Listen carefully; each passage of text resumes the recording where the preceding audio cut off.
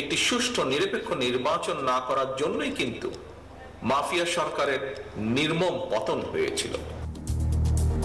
ধর্মীয় উগ্রবাদ নিয়ন্ত্রণ করা না গেলে গণতন্ত্রের কবর রচিত হবে বললেন তারেক রহমান। অরাজনৈতিক শক্তির উত্থান ঠেকাতে ঐক্যের বিকল্প নেই। রাজনৈতিক নেতৃত্বের ভিতরে যদি অনৈক্য তৈরি হয়, সেখানেই অরাজনৈতিক শক্তিগুলো কিন্তু আসলে সুযোগ সন্ধানী হয়ে ওঠে। জাতীয় ঐক্যই হবে সবচেয়ে শক্তিশালী হাতিয়ার। প্রধান উপদেষ্টার সঙ্গে সেনা প্রধানের সাক্ষাৎ। শান্তিপূর্ণ নির্বাচনের জন্য পুলিশকে প্রস্তুতি নিতে নির্দেশ অন্তর্বর্তী সরকার প্রধানের। কাল সংলাপ শুরু। কাগজে কোম্পানি খুলে 7,000 কোটি টাকা আত্মসাতের অভিযোগ সালমান এফ রহমানের বিরুদ্ধে। যুক্তরাষ্ট্রে গোলাপের 9 বাড়ি ফ্ল্যাটের খোঁজ পেল দুদক। রাজধানীর খিলক্ষেতের শিশুর শরীরে ধর্ষণের আলামত, এখন শঙ্কামুক্ত জানান চিকিৎসক। থানায় বাবার মামলা, গণপিটুনির শিকার কিশোর সংকটাপন্ন। বর্তমান বাস্তবতায় বাজেট প্রণয়ন কঠিন হবে জানান অর্থ উপদেষ্টা। আকার ছোট হবে, বাড়বে সামাজিক নিরাপত্তা ভাতা। গাজার প্রধানমন্ত্রীকে হত্যার দাবি ইসরায়েলের। আগ্রাসন কেবল শুরু, হুঁশিয়ারি নেতানিয়াহুর। হামলার প্রতিবাদে দেশে দেশে বিক্ষোভ। এবং বাংলাদেশে দলের সাথে যুক্ত হতে পেরে উচ্ছ্বসিত সংবাদ সম্মেলনে Hamza. Alhamdulillah, I'm not feeling that pressure. I'm feeling a lot of love right now. And for me, I'm just here to try and improve the team and help the team as much as I can. অনুশীলন সারলেন Bashundhara Kings এরেনায়। স্বাগত news 24 সংবাদে আপনাদের সাথে আছে আমি সোহাগ box. দেখছিলেন সংবাদ শিরোনাম, এবার বিস্তারিত। ধর্মীয় উগ্রবাদী এবং চরমপন্থীদের উত্থান প্রতিহত করতে না পারলে বহির্বিশ্বে বাংলাদেশের ভাবমূর্তি ক্ষুণ্ণ হবে। একই সঙ্গে দেশের গণতন্ত্রের কবর রচিত হবে বলে মন্তব্য করেছেন বিএনপির ভারপ্রাপ্ত চেয়ারম্যান তারেক রহমান। জানান, জনগণের ভোটে ক্ষমতায় গেলে রাজনৈতিক দলের প্রতিনিধি এবং নির্বাচিত প্রতিনিধিদের সমন্বয়ে জাতীয় সরকার গঠন করবে বিএনপি। জাতীয়তাবাদী দল বিএনপির আমন্ত্রণে রাজনীতিবিদদের সম্মানে ঢাকার লেডিস ক্লাবে বিএনপি আয়োজিত ইফতার মাহফিলে ভার্চুয়ালি যুক্ত হন দলের ভারপ্রাপ্ত চেয়ারম্যান তারেক রহমান। বাংলাদেশ জাতীয়তাবাদী দল বিএনপির বলেন, পতিত স্বৈরাচার ও তার দোসররা এখনো দেশের বিরুদ্ধে ষড়যন্ত্রে লিপ্ত। দেশে নারী ধর্ষণ ও নিপীড়ন বেড়ে যাওয়াকে ক্ষতিকর বলে মন্তব্য করেন তিনি। ধর্মীয় উগ্রবাদ ও চরমপন্থীদের নিয়ন্ত্রণ করতে তিনি সরকারের প্রতি আহ্বান জানান। আমরা অন্তর্বর্তীকালীন সরকারের দৃষ্টি আকর্ষণ করে বলতে চাই, ধর্মীয় উগ্রবাদীদের অপতৎপরতা এবং চরমপন্থা নিয়ন্ত্রণে ব্যর্থতার পরিচয় দিলে উগ্রবাদী জনগোষ্ঠী এবং পরাজিত ফ্যাসিবাদী অপশক্তি দেশে পুনরায় গণতন্ত্রের কবর রচনা করবে। নির্বাচন নিয়ে সরকারের কোনো উপদেষ্টার নেতিবাচক মন্তব্য করায় জনমনে নানা সংশয় তৈরি হয়েছে বলে দাবি করেন তারেক রহমান। সংশয় দূর করতে নির্বাচনের স্পষ্ট রূপরেখা ঘোষণা করতে আহ্বান জানান তিনি। একটি নির্বাচিত জাতীয় সরকারের মাধ্যমে বিএনপি রাষ্ট্র ও রাজনীতি মেরামতের কাজগুলো সফলভাবে সম্পন্ন করার লক্ষ্য নির্ধারণ করেছে। সেই লক্ষ্য পূরণে আসন্ন জাতীয় নির্বাচনে বিএনপি জনগণের রায় রাষ্ট্র পরিচালনার দায়িত্ব পেলে গণতন্ত্রের পক্ষে রাজনৈতিক দলের প্রতিনিধি এবং নির্বাচিত জনপ্রতিনিধিদের সমন্বয়ে জাতীয় সরকার গঠন করবে। বাংলাদেশের বিরুদ্ধে ফ্যাসিবাদীদের যে কোনো ষড়যন্ত্র রুখে দিতে দলগুলোর মধ্যে ঐক্যের ওপর তাগিদ দেন তারেক রহমান। এখানে যারা আজকে একসঙ্গে ইফতারে অন্তরা বিশ্বাস, নিউজ 24, ঢাকা। একই অনুষ্ঠানে বিএনপি মহাসচিব মির্জা ফখরুল ইসলাম আলমগীর বলেছেন, গণতান্ত্রিক বাংলাদেশের আকাঙ্ক্ষা বাস্তবায়নে দৃঢ় জাতীয় ঐক্য প্রয়োজন, আর এজন্য নিজেদের মধ্যে সমঝোতার মাধ্যমে ঐক্য গড়ার আহ্বান জানান তিনি। আর অনুষ্ঠানে এনসিপির আহ্বায়ক নাহিদ ইসলাম বলেন, রাজনৈতিক শক্তির মধ্যে অনৈক্য তৈরি হলে অরাজনৈতিক শক্তি সুযোগ পাবে। রাজধানীর লেডিস ক্লাবে রাজনৈতিক দলের নেতাদের সম্মানে বিএনপির এই ইফতার মাহফিল। দলের ভারপ্রাপ্ত চেয়ারম্যান তারেক রহমান এতে ভার্চুয়ালি যুক্ত হন। স্বাগত বক্তব্যে বিএনপি মহাসচিব মির্জা ফখরুল বলেন, 24-এর বিপ্লব পরবর্তী নতুন বাংলাদেশে মানুষের মনে যে আশা আকাঙ্ক্ষার সঞ্চার হয়েছে তা ধারণ করে রাজনৈতিক দলগুলোকে এগিয়ে যেতে হবে। সেই আকাঙ্ক্ষাকে বাস্তবায়িত করতে হলে অতীতে যেমন আমাদের একটি স্পাত দৃঢ় ঐক্য গড়ে উঠেছিল, ঠিক এখনো সেই দৃঢ় ঐক্য অত্যন্ত প্রয়োজন। এখন প্রয়োজন নিজেদের মধ্যে সমঝোতার মাধ্যমে, আলোচনার মাধ্যমে সমস্যাগুলোকে নিরসন করা। এ সময় ইফতার মাহফিলে জাতীয় নাগরিক পার্টির আহ্বায়ক নাহিদ ইসলাম বলেন, রাজনৈতিক দলগুলোর মধ্যে ঐক্য না থাকলে অরাজনৈতিক শক্তি সুযোগ পায়। যখনই রাজনৈতিক শক্তিগুলোর মধ্যে বিরোধ বা বসার মতো পরিবেশ আসলে দেশে থাকে না, রাজনৈতিক নেতৃত্বের ভিতরে যদি অনৈক্য তৈরি হয়, সেখানেই অরাজনৈতিক শক্তিগুলো কিন্তু আসলে সুযোগ সন্ধানী হয়ে ওঠে। অনুষ্ঠানে অন্যান্য দলের নেতারা বলেন, দেশের স্বাধীনতা সার্বভৌমত্ব রক্ষায় এবং সুন্দর বাংলাদেশ গড়তে জাতীয় ঐক্যের বিকল্প নেই। আমরা যদি ঐক্যবদ্ধ থাকি তাহলে ডিকেডস এই দেশে পতিত স্বৈরাচার এবং পতিত লুটেরা বাংলাদেশে আর মাথা উঁচু করার কোনো সুযোগ পাবে না, সাহস পাবে না। নিজের পায়ে দাঁড়ানোর ব্যবস্থা নিতে হবে। অন্যের উপর নির্ভরশীল হয়ে আমরা যদি আগাই, আমরা আর কখনো স্বাধীনতার সুফল ভোগ করতে পারবো না। পাশাপাশি অবাধ ও সুষ্ঠু নির্বাচনের জন্য দরকারি সংস্কারের উপর জোর দেন রাজনীতিবিদরা। মতপার্থক্য নিরসন করে জবাবদিহিতামূলক সরকার প্রতিষ্ঠার কথাও বলেন তারা।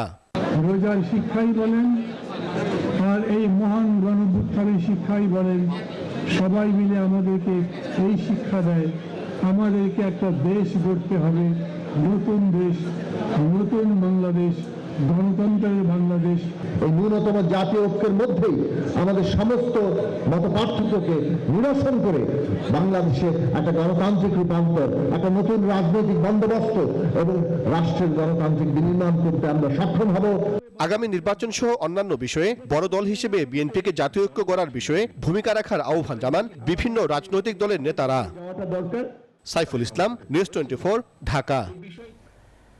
ফ্যাসিবাদী আমলে রাজনৈতিকভাবে প্রভাবিত হয়ে দেশে বিচারিক কার্যক্রম পরিচালিত হয়েছে, এমন মন্তব্য করেছেন জামায়াতের আমির ডাক্তার শফিকুর রহমান। বুধবার সুপ্রিম কোর্ট বার মিলনায়তনে বাংলাদেশ লয়ার্স কাউন্সিল কর্তৃক আয়োজিত ইফতার মাহফিলে এই কথা বলেন তিনি। জানান, ফ্যাসিবাদী আমলে ন্যায় বিচার ছিল নির্বাসনে। বিগত 15 বছর রাজনৈতিক কারণে তাকে একাধিকবার আদালতের বারান্দায় ঘুরতে হয়েছে। একইভাবে দেশের শিক্ষা ব্যবস্থা ধ্বংস করা হয়েছে বলেও মনে করেন তিনি।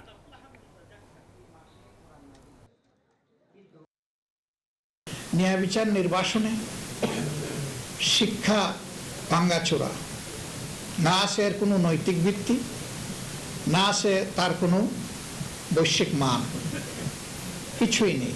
অনেকগুলো ইউনিভার্সিটি আমাদের দেশে, কিন্তু গ্লোবাল র্যাঙ্কিংয়ে কোথাও কাছাকাছি আমাদের কোনো অবস্থান নেই। শান্তিপূর্ণ নির্বাচনের জন্য পুলিশকে এখন থেকেই প্রস্তুতি নিতে নির্দেশ দিয়েছেন অন্তর্বর্তী সরকারের প্রধান উপদেষ্টা ডক্টর মোহাম্মদ ইউনূস। প্রধান উপদেষ্টার সঙ্গে স্বরাষ্ট্র উপদেষ্টা এবং পুলিশের ঊর্ধ্বতন কর্মকর্তাদের সঙ্গে অনুষ্ঠিত বৈঠকে পুলিশের জন্য 5টি সুবিধা নিশ্চিত করার সিদ্ধান্ত হয়েছে, যার মধ্যে পুলিশের ঝুঁকি ভাতার প্রচলিত সিলিং তুলে দেওয়ার কথাও চিন্তা করছে সরকার। পুলিশের কার্যক্রমকে আরো গতিশীল করতে 17 মার্চ মাঠ পর্যায়ের পুলিশ কর্মকর্তাদের সঙ্গে বৈঠক করেন অন্তর্বর্তী সরকারের প্রধান উপদেষ্টা অধ্যাপক মোহাম্মদ ইউনূস। তৃণমূল কর্মকর্তাদের সঙ্গে মত বিনিময়ের প্রেক্ষিতে তাদের সমস্যার সমাধানে বুধবার স্বরাষ্ট্র উপদেষ্টা এবং সংশ্লিষ্ট কর্মকর্তাদের সঙ্গে আবারও বৈঠক করেন প্রধান উপদেষ্টা। বৈঠকে পুলিশের ঝুঁকি ভাতার প্রচলিত সিলিং তুলে দেওয়ার বিষয়ে আলোচনা হয়। সিদ্ধান্ত হয় পুলিশের জন্য কেনা হবে 364টি পিকআপ এবং 140টি প্রিজনার ভ্যান। পুলিশ বাহিনীর বিভিন্ন নির্মাণ প্রকল্পে অর্থ ছাড়, 65টি থানার জন্য জমি অধিগ্রহণ এবং পুলিশ সদস্যদের মোটরসাইকেল কিনতে সুদমুক্ত ঋণের সুবিধা দেওয়ার সিদ্ধান্ত হয় বৈঠকে। এ সময় শান্তিপূর্ণ নির্বাচন আয়োজনে পুলিশের প্রস্তুতি এবং করণীয় সম্পর্কে এখন থেকেই উদ্যোগ নিতে নির্দেশ দেন প্রধান উপদেষ্টা। এদিকে প্রধান উপদেষ্টার সঙ্গে দেখা করেছেন সেনাপ্রধান জেনারেল ওয়াকারুজ্জামান। আন্তঃবাহিনী জনসংযোগ পরিদপ্তর আইএসপিআর জানিয়েছে, সাক্ষাৎকালে সেনাপ্রধান দেশের সার্বিক নিরাপত্তা পরিস্থিতি এবং সেনাবাহিনীর চলমান কার্যক্রম সম্পর্কে প্রধান উপদেষ্টাকে অবহিত করেন। দেশের সার্বভৌমত্ব ও নিরাপত্তা নিশ্চিত করতে সেনাবাহিনী পেশাদারিত্ব ও নিষ্ঠার সঙ্গে দায়িত্ব পালন অব্যাহত রাখবে বলে এ সময় আশা প্রকাশ করেন প্রধান উপদেষ্টা। শাহ আলী জয়, নিউজ 24, ঢাকা। এ যেন কেঁচো খুঁড়তে বেরিয়ে এলো সাপ। কাগজে কোম্পানি খুলে 7,000 কোটি টাকার বেশি আত্মসাৎ করেছেন সালমান এফ রহমান, যা বিনিয়োগ করতেন বেক্সিমকোতে। দুদকের অনুসন্ধানে বেরিয়ে এসেছে এমনই সব তথ্য। ঋণ নিয়ে আত্মসাতের অভিযোগে ব্যাংকের 4 কর্মকর্তাকে জিজ্ঞাসাবাদও করেছে দুদক। আর এদিকে যুক্তরাষ্ট্রে 9 ফ্ল্যাটসহ অবৈধ সম্পদের প্রমাণ মেলায় সাবেক এমপি আব্দুস সুবহান গোলাপের বিরুদ্ধে মামলা করেছে সংস্থাটি। হাজার হাজার কোটি টাকার খেলাপি ঋণ এবং ব্যাংক ও শেয়ার বাজার কেলেঙ্কারির অন্যতম হোতা শেখ হাসিনার বেসরকারি বিনিয়োগ বিষয়ক উপদেষ্টা সালমান এফ রহমান। গেল কয়েক মাসে তার বিরুদ্ধে দুদকের দুর্নীতির তদন্তে বেরিয়ে আসছে থলের বিড়াল। দায়িত্ব পালনকালে ক্ষমতার অপব্যবহার। দুদকের তথ্য বলছে 2015 সালে আইএফআইসি ব্যাংকের চেয়ারম্যান পদে বসেন সালমান এফ রহমান। ছেলে শায়ান এফ রহমানকে বানান ভাইস চেয়ারম্যান। বাবা ছেলে মিলে নতুন নতুন প্রতিষ্ঠান খুলে সেসব প্রতিষ্ঠানে ঋণ নিয়ে সেই টাকা বিনিয়োগ করত বেক্সিমকো গ্রুপে। এভাবে কাগুজে প্রতিষ্ঠানের নামে 2375 কোটি টাকা আত্মসাতের অভিযোগ ওঠে সালমান এফ রহমানের বিরুদ্ধে। যদিও দুদকের অন্য একটি নথির তথ্য বলছে অন্তত 14টি কাগুজে প্রতিষ্ঠানের মাধ্যমে আইএফআইসি ব্যাংক থেকে আত্মসাৎ করেছেন 7129 কোটি টাকা। সবচেয়ে বেশি টাকা সরানো হয় 2022 থেকে 24 সালে। এ ঘটনায় ব্যাংকের ডিএমডি শাহ মোহাম্মদ মঈনুদ্দিন, ইকবাল পারভেজ চৌধুরী সহ 4 জনকে জিজ্ঞাসাবাদ করেছে দুদক। আইএফআইসি ব্যাংক পিএলসি কর্তৃক ভুয়া প্রতিষ্ঠানের নামে ঋণ দেখিয়ে 2375 কোটি টাকা আত্মসাতের অভিযোগে এই অনুসন্ধানটা রয়েছে এবং এই অনুসন্ধান সংক্রান্তে অভিযোগ সংশ্লিষ্ট ব্যক্তিদের মধ্য থেকে 4 জনকে জিজ্ঞাসাবাদের জন্য ডাকা হয়েছে। এদিকে সাবেক এমপি আব্দুস সুবহান গোলাপের যুক্তরাষ্ট্রে 9টি ফ্ল্যাট সহ 68 কোটি টাকার অবৈধ সম্পদ ও 97 কোটি টাকার সন্দেহজনক লেনদেনের অভিযোগে মামলা করেছে দুদক। 68 কোটি 32 লক্ষ 75 হাজারও বেশি টাকা মূল্যের জ্ঞাত আয়ের উৎসের সাথে অসঙ্গতিপূর্ণ সম্পদ অর্জন এবং 51টি ব্যাংক হিসাবে 97 কোটি 63 লক্ষ টাকারও বেশি অস্বাভাবিক এবং সন্দেহজনক লেনদেন করার অপরাধ অনুসন্ধানকালে প্রমাণিত হয়েছে। অপরদিকে ইসলামী ব্যাংক থেকে এস আলম গ্রুপের সংশ্লিষ্ট প্রতিষ্ঠানের 1092 কোটি টাকা আত্মসাতের মামলায় 20 জনের দেশ ত্যাগে নিষেধাজ্ঞা দিয়েছে দুদক। নাইম আলজিকো, নিউজ 24, ঢাকা। রাজধানীর খিলক্ষেতে ধর্ষণের শিকার হওয়া 6 বছরের শিশুটির শরীরে ধর্ষণের আলামত পাওয়া গেছে বলে জানিয়েছেন চিকিৎসকরা। আর শিশুটি সুস্থ আছে বলেও জানা গেছে। এদিকে গণপিটুনির শিকার কিশোরের শারীরিক অবস্থাও স্থিতিশীল আছে, তবে তিনি শঙ্কামুক্ত নন। এই ঘটনায় খিলক্ষেত থানায় মামলা করেছে শিশুর বাবা। বিস্তারিত জানাচ্ছেন আরিফুল ইসলাম। মঙ্গলবার রাজধানীর খিলক্ষেতে 5 বছরের একটি শিশুকে ধর্ষণের অভিযোগে থানা পুলিশের সামনেই গণপিটুনির শিকার হন রবিউল নামের এই কিশোর। পুলিশ হেফাজতে থাকা রবিউলকে মারধর করে এই ক্ষান্ত হননি উৎসুক জনতা ও এলাকাবাসী। পুলিশের গাড়িতে আগুন ও ভাঙচুর করা হয়। পরে দুজনকেই ঢাকা মেডিকেল কলেজ হাসপাতালে ভর্তি করা হয়। মেয়ে শিশুটি ওয়ান স্টপ ক্রাইসিস সেন্টারে চিকিৎসাধীন। চিকিৎসক জানান শিশুটির অবস্থা স্থিতিশীল আছে। ভালো আছে, সমস্যা নেই। ছোট বাচ্চাটা, ছেলেটা তো ছোট, বেশি বড় না, 15 বছর বয়স, পরীক্ষা চলতেছে। এদিকে গণপিটুনির শিকার কিশোর নিজেকে নির্দোষ দাবি করেন। ফের আমলো কমলদা ঘুমাইছে, ফের আমি বাইর করে দিছি। অনেক সন্দেহ কইরা ঈদ হলো রোজার আগের কথা, আজকে হয়েছে জানি বলে 2 জন ঢেলে ঘুমাইছে। সন্দেহ করে আজকে আমার মা আসছে। আমি আমার ছোট ফেরস্তার মতো বোন, আমি কিছু করছি না, আজকে সন্দেহ করে আমার মা আসছে। অন্যায় গেলে তো আমার বাবা গেল কেন? অন্যায় যদি অন্যায় করে আমার বাবার আগে ভালো করো। চিকিৎসক জানান ছেলেটির শারীরিক অবস্থা স্থিতিশীল থাকলেও শঙ্কামুক্ত নয়। শঙ্কামুক্ত এখনই বলা যাচ্ছে না, কন্ডিশন ইমপ্রুভ করছে। ব্রেনে মারাত্মক ইনজুরি, যেটা রক্তক্ষরণের জনিত যে সমস্যা, সেটা নাই। এদিকে ধর্ষণের ঘটনায় খিলক্ষেত থানায় মামলা করেছে শিশুটির বাবা। থানার ওসি জানান মামলার আসামি রবিউলকে গ্রেফতার দেখানো হয়েছে। পুলিশের উপর হামলার ঘটনায় আরও একটি মামলায় 2 জনকে গ্রেফতার কথা জানায় পুলিশ। আরিফুল ইসলাম, নিউজ 24, ঢাকা। ময়মনসিংহের নান্দাইলে ইফতার পার্টিকে কেন্দ্র করে বিএনপির 2 গ্রুপের সংঘর্ষে গুলিবিদ্ধ সহ 10 জন আহত হয়েছেন। বুধবার সন্ধ্যায় নান্দাইলের শহীদ স্মৃতি আদর্শ ডিগ্রি কলেজ মাঠে এই ঘটনা ঘটে। পুলিশ জানায় একই সময় একই স্থানে ইফতার পার্টির আয়োজন করে উপজেলা বিএনপির আহ্বায়ক ইয়াসের খান এবং বিএনপির পদবঞ্চিত আজিজুল হক পিকুল সমর্থকরা। বিকেল থেকেই মুখোমুখি অবস্থান নেয় 2 পক্ষ। এক পর্যায়ে দুই গ্রুপের মধ্যে সংঘর্ষ বাধে। ইট পাটকেল নিক্ষেপ সহ ককটেল বিস্ফোরণ করা হয়। এ সময় যুবদল নেতা লাদেন মিয়া গুলিবিদ্ধ সহ আহত হন 10 জন। তাকে হাসপাতালে ভর্তি করা হয়েছে।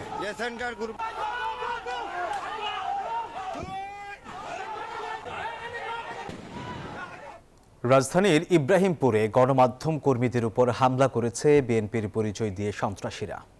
এতে গুরুতর আহত হয়েছে নিউজ 24 টেলিভিশনের ক্যামেরা পার্সন। তাকে উদ্ধারে এগিয়ে গেলে আহত হন রিপোর্টার এবং গাড়ি চালক। এ সময় নিউজ 24-এর ক্যামেরা ভাঙচুর করে নিয়ে যায় তারা। জাতীয় পার্টির ইফতারকে ঘিরে হামলা করে সন্ত্রাসীরা। হামলায় অন্তত 20 জন আহত হন। সাদা শার্ট পরা এ যুবকের নাম বাবু। নিজেকে বিএনপি নেতা পরিচয় দিয়ে তার নেতৃত্বে বুধবার বিকেলে রাজধানীর ইব্রাহিমপুরে জাতীয় পার্টির ইফতার মাহফিলে আসা নেতাকর্মীদের উপর এভাবে হামলা চালায় সন্ত্রাসীরা। হামলায় বাদ যায়নি গণমাধ্যম কর্মীরাও। পরিচয় দিলে আরও ক্ষেপে গিয়ে এভাবে হামলা করে তাদের উপর। এতে গুরুতর আহত হন নিউজ 24 টেলিভিশনের ক্যামেরা পার্সন। তাকে উদ্ধার করতে গেলে আহত হন রিপোর্টার ও ড্রাইভার। এ সময় ক্যামেরা ভাঙচুর করে নিয়ে যায় তারা। প্রচুর হট্টগোল হচ্ছিল, পরে আমাদের গণমাধ্যম দেখে আর বেশি তারা এগ্রেসিভ হয়ে যায়। তখন আমাকে ধরে নেয়, আমাকে মার দেয় এবং ক্যামেরা ছিনিয়ে নিয়ে তার ক্যামেরা ভেঙে ফেলে। আমি যখন আমাদের ক্যামেরা পার্সনকে দেখলাম ধরে ফেললো, ঘিরে ফেললো চারিদিক থেকে, তখন আমি তাকে সহযোগিতার জন্য আগায় যাই।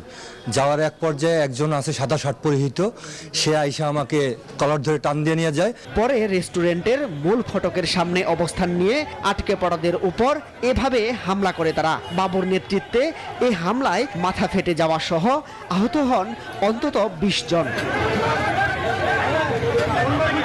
ভেঙে ফেলা হয় বেশ কয়েকটি মোটরসাইকেল। পরে সেনাবাহিনী এসে পরিস্থিতি নিয়ন্ত্রণে আনেন। মাসুদ সুমন, নিউজ 24, ঢাকা। এবার একটি বাস্তবমুখী বাজেট দেওয়ার চেষ্টা করবে অন্তর্বর্তী সরকার। তাই বাজেটের আকার খুব বেশি বড় হবে না, এমন মন্তব্য অর্থ উপদেষ্টার। দুপুরে সচিবালয়ে গণমাধ্যমের সম্পাদকদের সাথে বৈঠক শেষে এই কথা জানিয়েছেন তিনি। আর বাজেটে মূল্যস্ফীতি কমানো, নতুন কর্মসংস্থানে মনোযোগ, করের আওতা বাড়ানো, স্বাস্থ্য ও শিক্ষা খাতে বাজেট বাড়ানোর প্রস্তাব গণমাধ্যম কর্মীদের। এসব প্রস্তাব বিবেচনায় থাকবে সরকারের, বললেন উপদেষ্টা।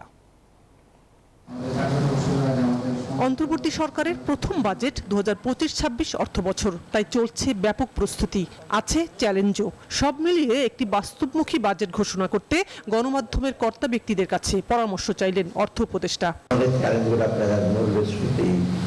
তারপর একটা ফরেন রিজার্ভ বিষয়ে আমরা কাজ করছি, ব্যাংকিং সেক্টরে লিকুইডিটি প্রবলেম হচ্ছে, ব্যবসাটা বন্ধ। গণমাধ্যমের সবার চাওয়া প্রায় একই রকম। বাজার নিয়ে মানুষের স্বস্তি, কমাতে হবে মূল্যস্ফীতি, বাড়াতে হবে নতুন কর্মসংস্থান। দেশের অর্থনৈতিক ভিত মজবুত করতে করের আওতা বাড়ানোর উপর জোর দেন অনেকে।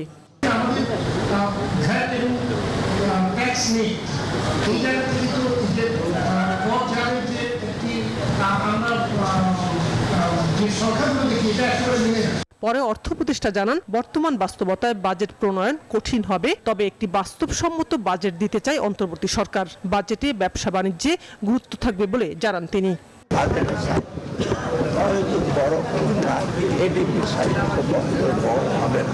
কিন্তু সেখানে আমরা বিশ্বের কমাতে সাথে যেমন আয় যেন মানুষের ব্যবসা বাণিজ্য প্রাইভেট ওটা আমরা চেষ্টা করবো। এখানে ট্যাক্সের ব্যাপার আসছে, আর এছাড়া সংবাদ সেক্টরের ইনকাম সেগুলো ব্যাপারে আমরা সম্ভব। আলোচনায় সামাজিক নিরাপত্তা খাতে ভাতা বাড়ানোর প্রস্তাবকে যৌক্তিক মনে করছেন অর্থ উপদেষ্টা, তাই বাড়ছে এ খাতের বরাদ্দ। সামাজিক নিরাপত্তা মানে কিছু বাড়াবো, সামাজিক নিরাপত্তা, এডুকেশন এবং আইটিতে অ্যালোকেশন করবে না, বাড়বে।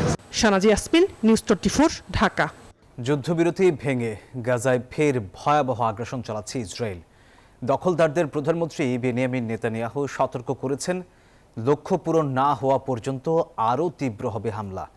এরই মধ্যে গাজার প্রধানমন্ত্রীকেও হত্যার দাবি করেছে তেল আবিব। পুনরায় বর্বরতা শুরুর ঘটনায় ক্ষুব্ধ জাতিসংঘ মহাসচিব। এরই মধ্যে হামলার প্রতিবাদে ফুঁসে উঠছে ইসরায়েলিরাই। বিভিন্ন দেশেও চলছে বিক্ষোভ।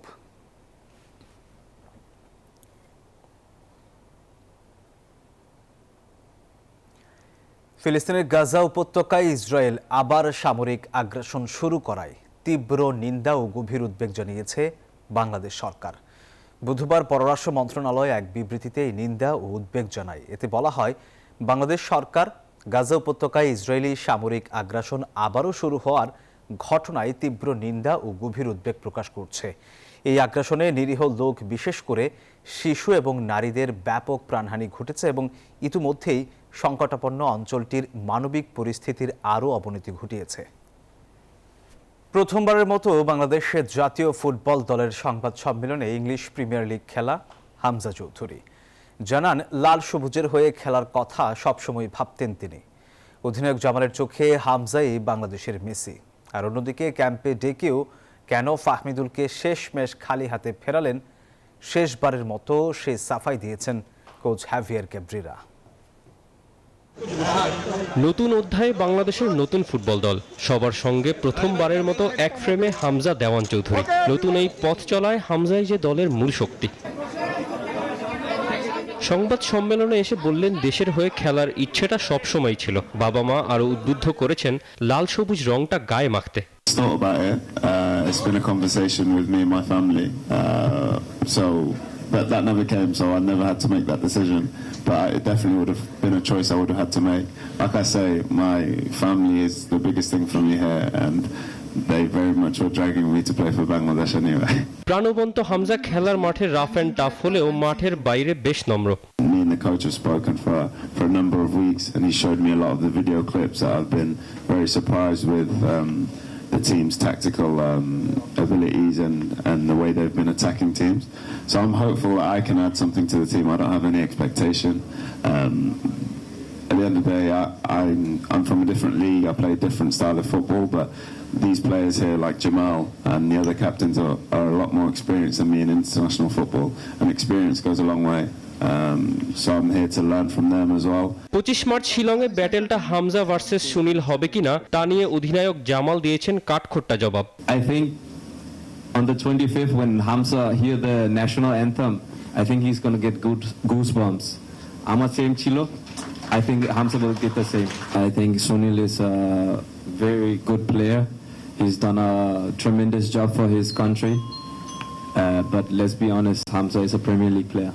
অন্যদিকে ফাহমিদুলকে ছাড়া দল সাজিয়ে প্রশ্নবিদ্ধ হয়েছেন হ্যাভিয়ার কাবরেরা। সে সাফাইও দিয়েছেন তিনি। Hamidul situation has been, to me, is a positive situation. We brought Hamidul. I am the one who has selected Hamidul because I have been following up on him for months. I have been in touch with his club and his sports director for months. I know very well him before calling him, and when he arrived, he has been 1 week with us. He has had the chance to train with the national team for a week. We have been able to meet him and know him better, but the conclusion that I make, and it's my decision, is that he still needs more time. Captain জামালও আহ্বান জানিয়েছেন কোচের সিদ্ধান্তকে সম্মান জানানোর। Tousiful Hasan, news 24, Dhaka. ভারতের বিপক্ষে Asian cup বাছাই পর্ব সামনে রেখে বসুন্ধরা কিংস এরানায় প্রথমবারের মতো দলের সঙ্গে অনুশীলন করলেন হামজা দেওয়ান চৌধুরী। সন্ধ্যা 7:30টায় বাংলাদেশের জার্সিতে বসুন্ধরা কিংস এরানায় অনুশীলনে নামেন হামজা। এদিকে হামজার অনুশীলনকে বিশেষ গুরুত্ব দিয়ে বাফুফে টিকিটের ব্যবস্থা করছে। বাফুফের অধিভুক্ত বিভিন্ন ক্লাব ফেডারেশনকে টিকিট দিয়েছে ফেডারেশন। টিকিট ছাড়া আজকের এই অনুশীলন সেশনে কেউই প্রবেশ করতে পারেননি। শুধু ক্লাব ও ফেডারেশনের সঙ্গে সম্পৃক্তরাই নন, মিডিয়ার জন্য টিকিটের ব্যবস্থা করা হয়েছিল। যদিও ঘণ্টাখানেকের বেশি সময় অনুশীলন করেনি বাংলাদেশ, সেখানে মিডিয়ার উপস্থিতি ছিল মাত্র 15 থেকে 20 মিনিট। এর আগে মঙ্গলবার হামজাবিহীন সৌদি আরব ক্যাম্প শেষে দেশে ফিরেছেন জাতীয় দলের ফুটবলাররা।